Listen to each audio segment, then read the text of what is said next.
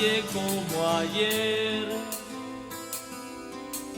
Hoy ya no circula el tren, nunca volverá.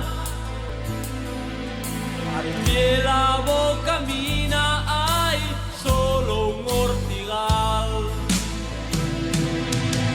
Y en el Chigre ya no hay botes ni con quien jugar al dominó. Echando solitarios hay un viejo nada más. Quién sabe cuántas trampes fae y nadie lo ve. Solo se oye a los perros cuando pasa alguien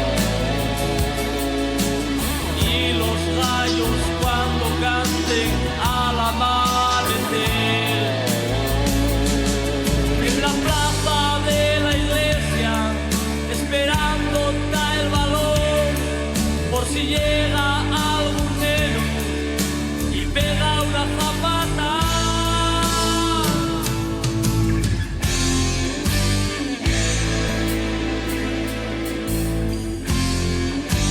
De la historia de mi pueblo llega casi el capítulo final. Nunca fue muy importante y ahora no llega casi nada.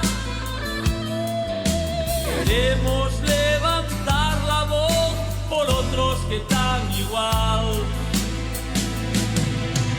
Poco a poco van marchando